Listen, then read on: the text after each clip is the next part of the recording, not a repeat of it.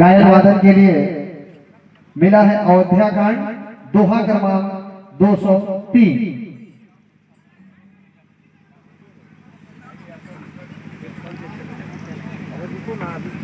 हमारे पास रामायण उपलब्ध नहीं है, इसलिए मैं हमारे प्रासंगिक प्रश्न के लिए सम्माननीय निर्णायक महोदय हैं, दोहा पढ़ते हुए उन्हें सूचित कर देंगे।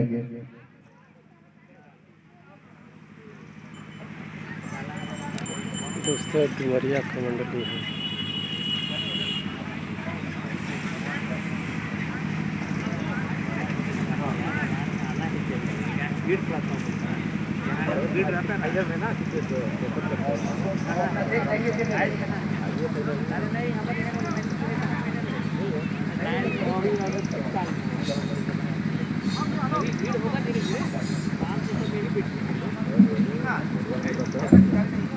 वो पार करा ना कुछ। हाँ हाँ वही पार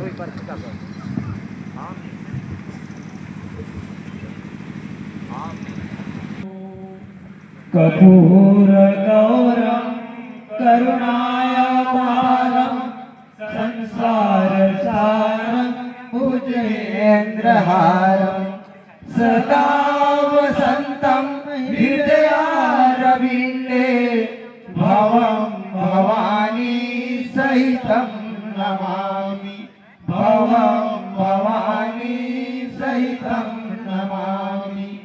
नीलाम्बुजश्यामलकोमलांगं सीता समारोपितवामभागं पाणो महासायकचारुचापं नमामि रामं रघुवंशनाथं नमामि रामं रघुवंशनाथं। तमेव माता च पिता तमेव बन्धु च सखा तमेव विद्याधरुणं तमेव सर्वं मम देवदेव तमेव सर्वं मम देवदेव। श्री रामचंद्र की जय, पवन पुत्र हनुमान की जय। Hello hello.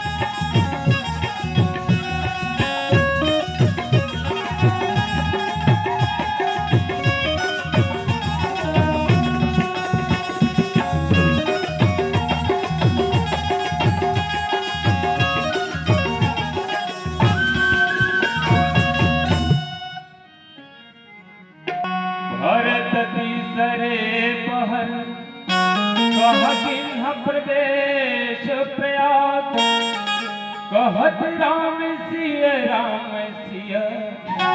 उमगी उमगी अनुराग। सियापति रामचंद्र की जय।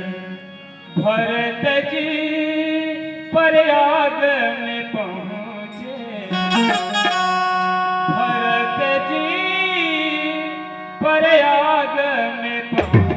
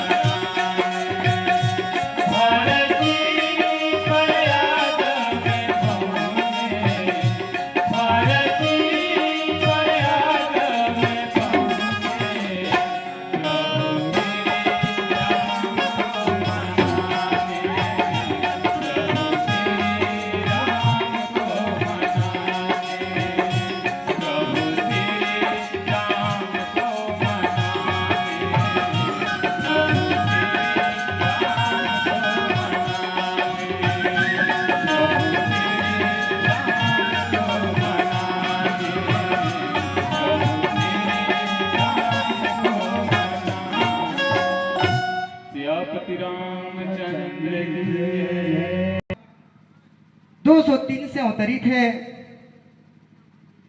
इस कथा में भगवान श्री रामचंद्र जी का वनगमन हो चुका है और भरत जी भैया राम को मनाने के लिए चित्रकूट जा रहे हैं और रास्ते में मां गंगा पावनी प्रयाग में पहुंचे हुए हैं, जहां महाकुंभ मेला आज भी प्रयाग में लगा हुआ है। वहां गंगा में स्नान के लिए लाखों करोड़ों भक्त नहा रहे हैं। उसी प्रकार आज मिस्र पर आके ये पावन धरा में बहुत से श्रद्धालु सभी लोग इस गंगा में डुबकी लगा रहे हैं। हमें भी इस गंगा में डुबकी लगाने का अवसर मिला है। आइए कथा प्रसंग की ओर चलते हैं। बाबा गोस्वामी तुलसीदास जी लिखते हैं और भरत जी कहते हैं कि इनको चरणों में छाले ऐसे चमकते हैं जैसे कमल की कली पर वो इसकी बूंदें चमकती हो।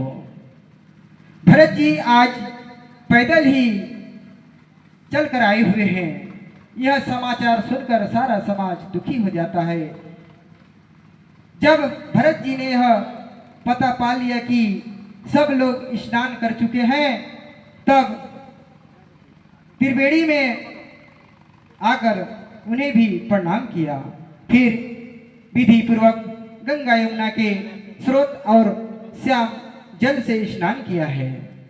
दान देकर भगवान भरत जी ब्राह्मणों को सम्मान किए हैं।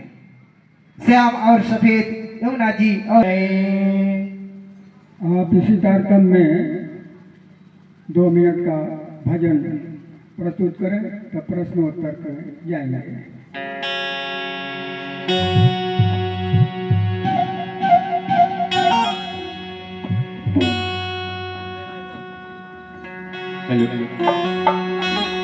सुन संगवारी तोला सुनावा तोला रे, सुन संगवारी तोला सुनावा, नारी के महिमा हवे अपार, काला बताऊं मैं ये नारी महिमा।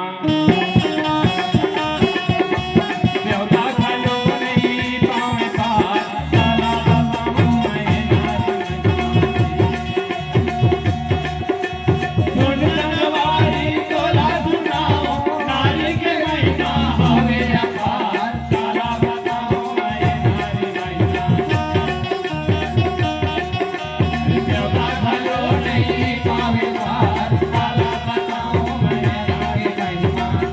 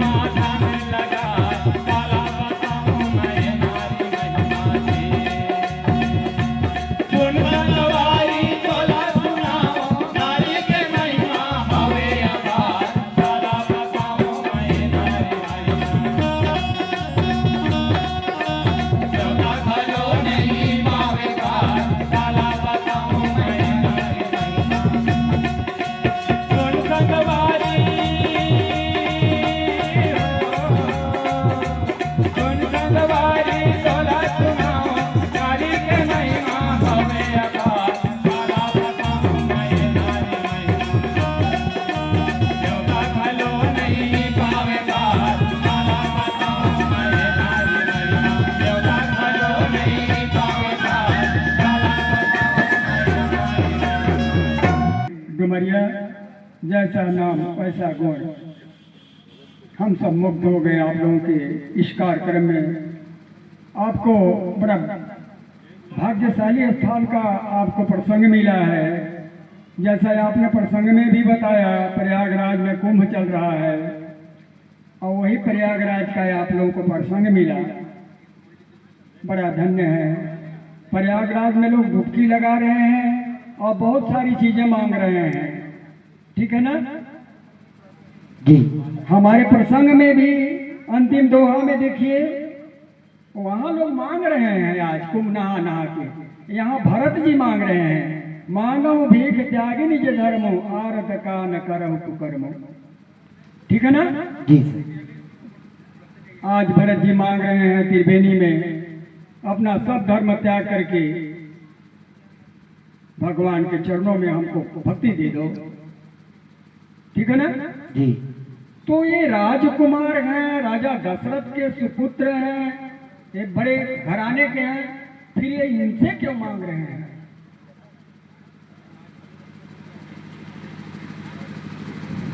गंगा जी से मांग रहे हैं, त्रिवेणी से मांग रहे हैं। बड़े घर के राजकुमार होते हुए भी परम श्रद्धेय भरत जी अपने आप को कभी भी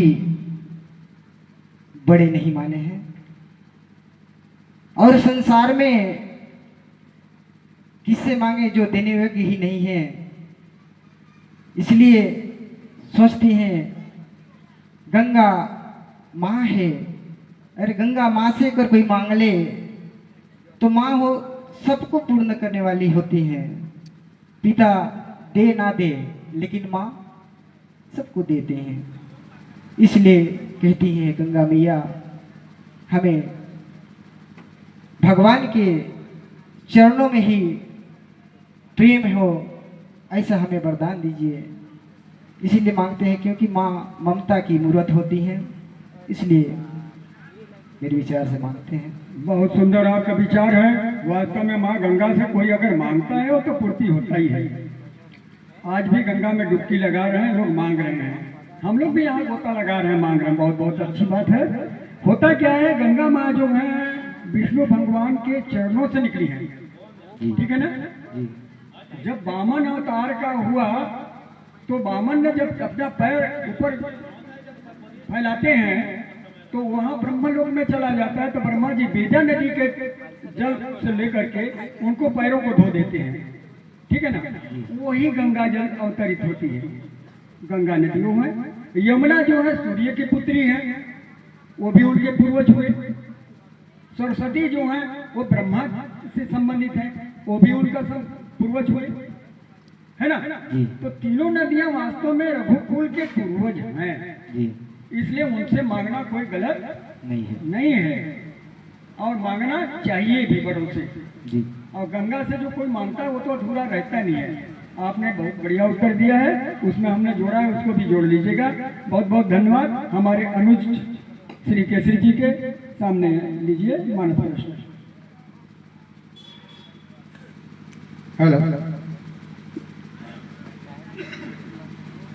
सद्भावना मानस मंडली डुमरिया। आइए मैं मानस प्रश्न की ओर आप सभी को अग्रसर करूंगा। अयोध्या कांड दोहा का मान 171। सुनहु भरत भाभी प्रबल, बिलख कहु मुनिनाथ, हानि लाभ जीवन मरण जस अपजस विधि के हाथ। तो ये 6 बातें हैं, हानि लाभ जीवन मरण जस अपजस, ये विधि के हाथ। तो ये 6 बात भगवान श्री रामचंद्र को वनवास जाने में ये 6 चीजें किनको किनको मिला।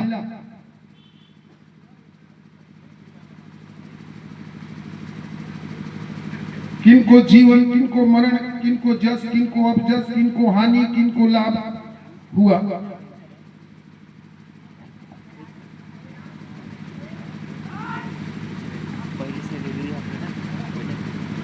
सुनहु भरत भाभी परवल बिलखी कहूँ मुनिनाथ। हानि लाभ जीव जनु मरनु जसु अपजेसु विधि हाथ।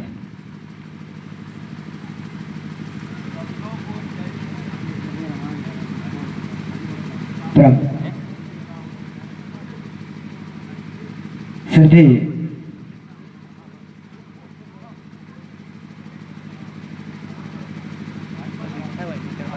हानि मेरे विचार से तो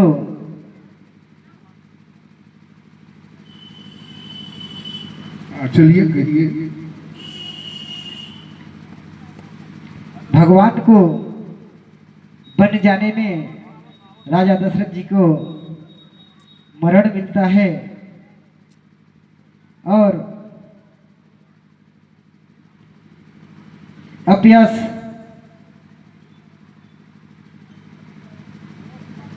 वहां मंथरा को मिलता है और लाभ लक्ष्मण जी को मिलता है, क्योंकि भगवान के चरणों में उनको सेवा करने का अवसर मिल जाता है। और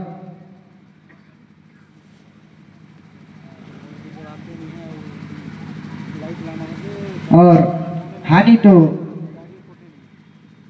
अयोध्या वासियों को होता है, क्योंकि भगवान उनको छोड़कर चले जाते हैं वन। और